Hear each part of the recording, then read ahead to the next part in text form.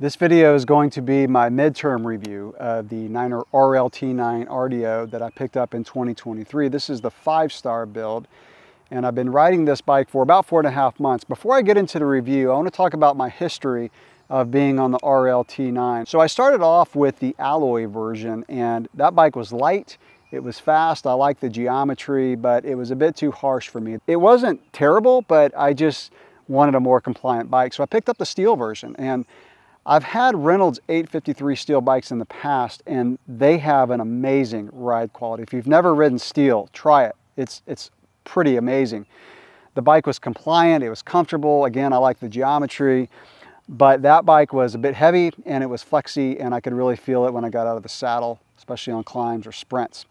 So I went out to Colorado. I went to Fort Collins to Niners headquarters a few years ago, and I test rode the Carbon. So I picked one up when I got back. It was the 4-star build, and I rode that bike for several years. And so this is now the second RLT9 RDO, and RDO means it's carbon.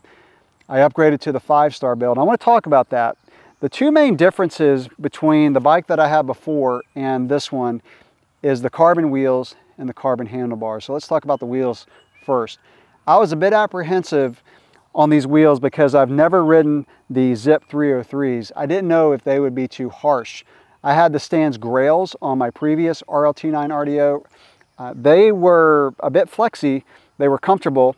I didn't have a lot of complaints with them, but when I got on these, I was pretty amazed at how light it made the bike feel, especially when you're out of the saddle up climbs or you're sprinting, which really helps for group rides because there might be an attack and you just gotta sprint hard and bridge up.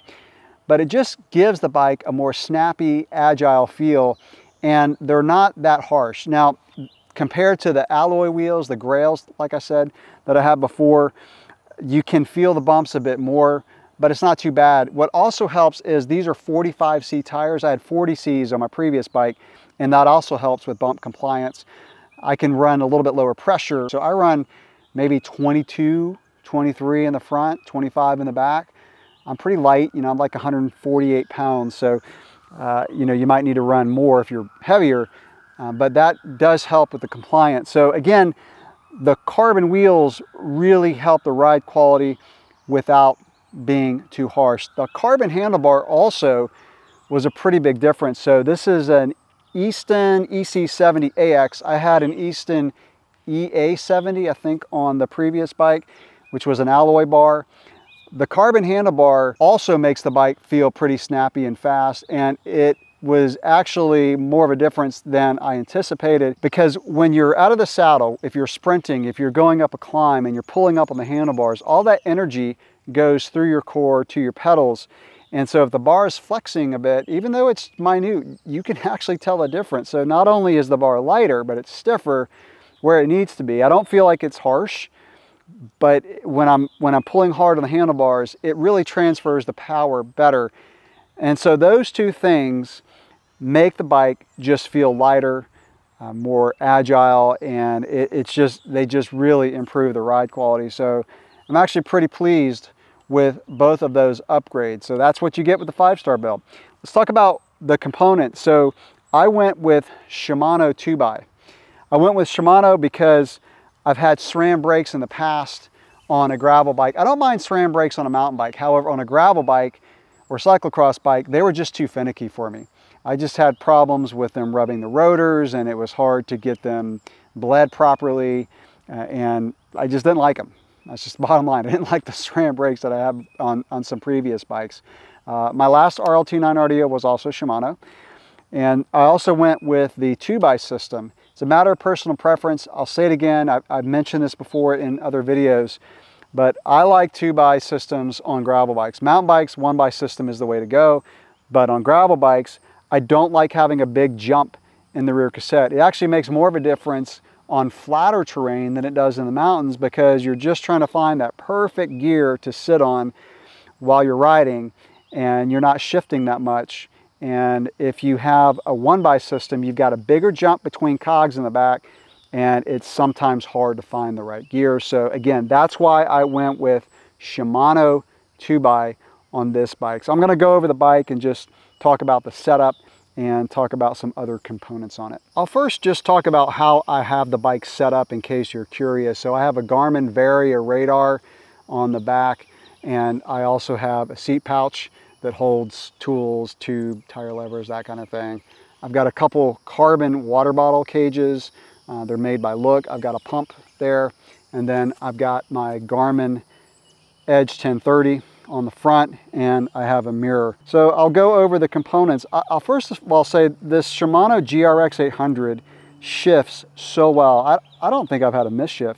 And compared to my previous bike, maybe the previous bike got worn down a little bit, but these have a bit crisper shifting feel, less throw of the lever when I shift. The only issue that I've had on this bike is the bottom bracket had some creaking. It has a press fit bottom bracket. I've never had a press fit bottom bracket on gravel bike or mountain bike that I didn't have to tap out every 4 to 6 months, put some grease on it and press it back in. It's just the way it is. The Shimano brakes have a really nice feel. I like Shimano brakes because you get that nice initial bite when you pull the brakes. I have had the calipers rubbing the rotors from time to time. It's not bad, it goes away. I probably just need to recenter these. That's the only other issue I've had other than the bottom bracket. Other components, you know, the rear derailleur is fine. I actually run this rear derailleur with the clutch in the off position. It just makes it shift better. I don't ride super bumpy roads. If I did trails, I would put the lever up. So this is the clutch I'm talking about. It just stiffens the cage so you have less chain slap, but it does make it a little bit harder to shift the rear derailleur, so I keep that off. The saddle, I've actually kept this on. I like the WTB Silverado saddle, and I have one in my garage, but I haven't put it on yet because I like the saddle, and I'm probably going to keep it on. I've done some pretty long rides, you know, 4 or 5 hour rides on this bike, and this saddle has been just fine. This bike steers really well, and what I like about the geometry of the Niner RLT bikes is it's comfortable. It's not like a cyclocross bike where it's pretty twitchy. This bike, you know, when you're on long rides, it just has a really comfortable feel where you're not fighting the geometry, you're not fighting to keep the bike on a straight line, which helps with fatigue over time. And the frame, just like my previous carbon RLT 9 RDO, the frame is so compliant. It's the reason I went with this over the alloy version for sure. It's just the way this bike is compliant, but it's also stiff. And that's the great thing about carbon is you can make it stiff where it needs to be stiff and compliant where it needs to be compliant. And Niner have done a really, really good job on this frame. You know, long rides, I feel good. I mean, and you know, if you have a bike that's too stiff, like your back hurts, your shoulders hurt, I mean, that happens on any long ride, but this bike minimizes that just with the way it's compliant. This bike has a lot of braze-ons for accessories. In fact, I was talking to a guy at an event who had one of these, and he didn't like how many there were. Really, it's the fork that has more than the bike probably needs for most riders, unless you're doing bike packing. The rest of these, like, you know, a top tube bag, that's pretty standard. Of course, you got the water bottle. You've got some for a rear rack. And so it may add a few ounces to the bike, but it's kind of nice to have that option. I don't set this bike up with racks, but it's nice that you could do that if you wanted to. Like I said, doesn't add too much weight, so you've got the option. I also really like these carbon cranks, the Easton EC90. I had a Stages power meter on my previous bike. I like running power meters on gravel bikes, so for this bike, I'm using the Garmin power meter pedals, the Garmin Rally pedals. A bit simpler. The Stages power meters are also super simple too. I highly recommend those, but the Garmin pedals, even easier.